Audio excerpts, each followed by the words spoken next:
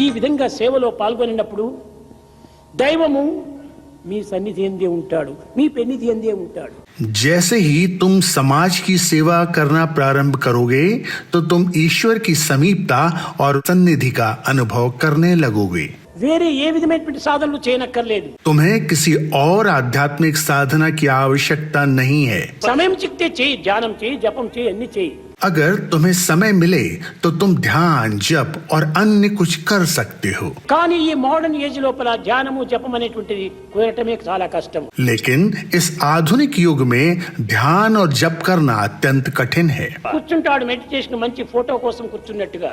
लोग इस तरह ध्यान में बैठते हैं कि मानो किसी फोटोग्राफ के लिए पोज दे रहे हैं. మైండ్ పోతుంది, మార్కెట్ అంతా తిరుగుతూ ఉంటాది. लेकिन मन बाजारों में घूमता रहता है. కనుకనే ఈ ధ్యానం నీకు అక్కర్లేదు. ध्यान के ऐसे अभ्यासों को करने की चिंता मत करो. నీవు నోరుని మూయి, హృదయాన్ని తెరువు. अपना मुंह बंद रखो और हृदय को खोलो. హార్ట్, అది నిజమైన ధ్యానం. यही सच्चा ध्यान है. ఈనాడు హృదయాన్ని మూసుకుంటారు, నోరుని తెరుచుకుంటున్నారు. आजकल दिल को बंद कर दिया गया है और मुंह को खोल दिया गया है. ఇది ధ్యానమే కాదు. ये ध्यान नहीं है. నోరును మూయి, मुंह को बंद करो, హృదయాన్ని తెరచు. हृदय को खोलो. ఇది నిజమైనటువంటి ధ్యానం. यही सच्चा ध्यान है. జపం చేస్తుంటారు, हम जप करते हैं. చేతిలో జపమాల తిరుగుతూ ఉంటాది. हम हाथ में जप माला लेकर उसे घुमाना शुरू कर देते हैं. ఈ మైండ్ చూస్తే చాకలింటికి మంగలింటికి ప్రయాణం అవుతుంటుంది. लेकिन मन में या तो नाई या धोबी घूमते रहता है. ఇది కాదు జపం. ये जप नहीं है. ఈ విధంగా కాలం వ్యర్థం చేయొద్దు. इस तरह समय बर्बाद मत करो. ఈ జపం చేయడానికి, ధ్యానం చేయడానికి నీకు సమయం చిక్కపోతే ఆ సమయంలో నువ్వు సేవకు ప్రయోజనం చేయి. यदि तुम्हें ध्यान करने का समय न मिले तो दूसरों की सेवा के लिए आगे आ जाओ. నీవు మరొక రీతిగా మీరు విచారణ చేయాలి. तुम दूसरी तरह से भी इस पर विचार कर सकते हो. దైవంని ఏ రీతిగా మనం ప్రార్థించాలి ईश्वर की किस रीति से प्रार्थना की जाए, అని కొంతమందికి సందేహం. कुछ के मन में संदेह रहता है. నీవే దైవమై ఉండగా నీవు ప్రార్థించటం ఏమిటి? जब तुम स्वयं ही ईश्वर हो तो फिर तुम प्रार्थना क्यों करोगे? అయితే నేను దైవము అనేటువంటి సత్యమును నీవు గుర్తించేంత వరకు కూడాను కొన్ని రకమైనటువంటి సత్కర్మలు ఆచరించాలి. जब तक तुम्हें अपनी दिव्यता के इस सत्य का बोध न हो जाए तब तक तुम्हें सत्कर्मों पर आचरण करना होगा. అప్పుడు నేను చేసే ప్రతి కర్మ కూడాను భగవంతునికి అర్పితం చేస్తున్నాను అనేటువంటి భావంతో చేయి. तुम प्रत्येक सेवा को इस प्रकार करो कि तुम इसे भगवान को समर्पित कर रहे हो. దీనిని భారతీయుల చరిత్రయందు సర్వకర్మ భగవత్ ప్రీత్యార్థం అన్నారు. इसलिए भारतीय इतिहास में यह कहा गया है कि समस्त कार्यों को ईश्वर को प्रसन्न करने के लिए करो. ఏది చేసినా కానీ భగవత్ కర్మగా మనం విచారణ చేయాలి. ऐसा विचार करके करो कि जो कुछ भी तुम कर रहे हो वो भगवान का ही कार्य है. ఆ విధంగా చేసినప్పుడు అన్ని కర్మలు కూడా భగవత్ కర్మలుగానే రూపొందుతాయి. तब सारे कर्म दिव्य हो जाएंगे. ప్రారంభంలో కొంచెం శ్రమ కావచ్చును, प्रारंभ में तुम्हें श्रम करना होगा, కొన్ని బాధలు కలగవచ్చును, तुम्हें कष्ट भी होगा. కానీ క్రమక్రమేణా అది అభ్యాసం అయిపోతుంది. అదే ఒక సాధనగా రూపొందుతుంది. धीरे धीरे तुम्हें आदत हो जाएगी और यह एक साधना बन जाएगी. కనుకనే భగవద్గీత ఎందుకును శ్రేయో హి జ్ఞానం అభ్యాసాత్ జ్ఞానాత్ ధ్యానం విశిష్యతే ధ్యానాత్ కర్మ ఫలత్యాగి త్యాగశాంతి అనంతరం. ప్రతి ఒక్కటి కూడాను మనము ఒక అభ్యాసంతోనే మనం సాధించాలి. अभ्यास के माध्यम से तुम सब कुछ प्राप्त कर सकते हो. ఒక పాట పాడాలంటే అప్పటికప్పుడు పాడలేవు, అభ్యాసం చెయ్యాలి. तुम एकाएक गाना नहीं गा सकते, तुम्हें गाने का अभ्यास करना होगा. నడచడానికి కూడా అప్పటికప్పుడు పరిగెత్తడానికి వీలు కాదు, కొంచెం తప్పుడు అడుగులు వేసి తిరిగి నడచాలి.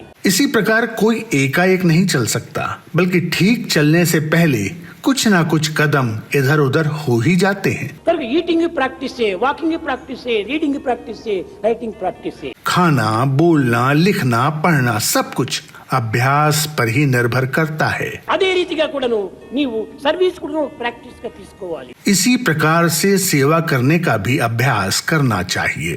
భగవత్ చింతన కూడాను ఒక ప్రాక్టీస్ గా తీసుకోవాలి. भगवान का चिंतन करने का भी अभ्यास करना चाहिए. ఆ విధమైనటువంటి దీనిగా తీసుకొని కట్టగా పెట్టి సర్వకర్మలు భగవత్ ప్రీత్యార్థం. इस तरह से अभ्यास करते करते तुम अपने सभी कर्मों को भगवान को समर्पित कर सकते हो. ఇందులో మన విద్యలు మన శక్తి సామర్థ్యములు ఒక పిల్లవాడు చెప్పాడు, స్వామి మాకు ఒక శక్తినివ్వండి అన్నారు. एक विद्यार्थी ने प्रार्थना की, भगवान मुझे शक्ति दीजिए. ఏం శక్తి కావాలి? तुम्हें कौन सी शक्ति चाहिए? సినిమా చూడటానికి శక్తి కావాలా, టీవీ చూడటానికి శక్తి కావాలా, వీడియో చూడటానికి శక్తి కావాలా, ఏ శక్తి కావాలి నీకు? क्या तुम सिनेमा देखने के लिए शक्ति चाहते हो? क्या तुम टीवी देखने के लिए शक्ति चाहते हो? क्या तुम वीडियो के लिए शक्ति चाहते हो? किस लिए शक्ति चाहते हो? కావాల్సినంత శక్తి ఉంటుండాది ఈనాడు మీ యువకుల్లో. युवाओं में बहुत शक्ति है, 3/4 శక్తిని అంతా కూడా నువ్వు వేస్ట్ చేస్తున్నారు. लेकिन 3/4 शक्ति बर्बाद हो रही है. కానీ మీకు వేస్తే టేస్ట్ గా ఉంటుండాది. लेकिन ये बर्बादी तुम्हें पसंद है. కాదు కాదు, అది చాలా తప్పు. नहीं नहीं, यह एक बड़ी गलती है. మనలో ఉండినటువంటి శక్తి దేనికి లేదు. हम में जो शक्ति निहित होती है वो कहीं और नहीं पाई जा सकती. ప్రపంచంలో దేనికి విలువ అని ఎవరైనా ప్రశ్నించినప్పుడు గోల్డ్ కి విలువ, డైమండ్ కి విలువ, ల్యాండ్ కి విలువ అని చెప్తుంటారు. जब कोई पूछता है कि जीवन में सबसे कीमती चीजें क्या हैं, तो उत्तर मिलता है कि स्वर्ण मूल्यवान है, हीरे मूल्यवान है, जमीन मूल्यवान है.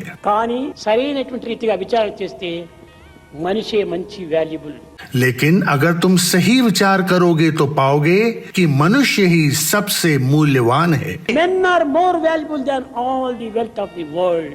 मनुष्य इस धरती की सारी संपत्ति से भी ज्यादा मूल्यवान है. డైమండ్ కొనేది ఎవరు? हीरे कौन खरीदता है? మనిషే కొంటున్నాడు. मनुष्य ही है जो हीरे खरीदता है. గోల్డ్ కొనేవాడెవరు? మనిషే కొంటున్నాడు. सोना कौन खरीदता है? ये मनुष्य ही है जो सोना खरीदता है. అది కొనబడేటువంటిది కానీ కొనేటువంటి వాడు మనిషే.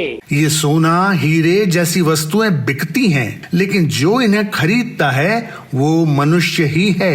కొనేటువంటి వాడే లేకపోతే కొనబడేటువంటి దానికి విలువనే లేదు. अगर इन्हें कोई ना खरीदे तो इन सब की कोई कीमत नहीं होगी. కానీ ఆ బలము, ఆ యొక్క శక్తి నాకున్నది అనేటువంటి విశ్వాసాన్ని మీరు పెంచుకోవాలి. इसलिए यह विश्वास विकसित करो कि तुम में सारी शक्तियां और क्षमताएं विद्यमान हैं. అన్నింటికంటే గొప్పవాణ్ణి నేను అనేటువంటి విశ్వాసాన్ని పెంచుకోవాలి. यह विश्वास करो कि तुम सबसे ज्यादा महत्वपूर्ण हो. మానవ జన్మము జంతువునాం నరజన్మ దుర్లభం. ఈ దుర్లభమైన మానవ జన్మ ఎత్తినాము. सभी प्राणियों में मानव जन्म दुर्लभ होता है और हमने मानव के रूप में जन्म लिया है. ఈ మానవ జన్మం మనం సార్థకం గావించుకొని సత్కర్మలో మనం ప్రవేశపెట్టాలి. इस मानव जन्म को सार्थक करने के लिए हमें सत्कर्मों के मार्ग पर प्रवेश करना होगा. అప్పుడే ఈ మానవత్వానికి ఒక విలువ ఏర్పడుతుంది. तभी यह मानव जन्म इसका सही मूल्य प्राप्त कर सकेगा. समस्त लोक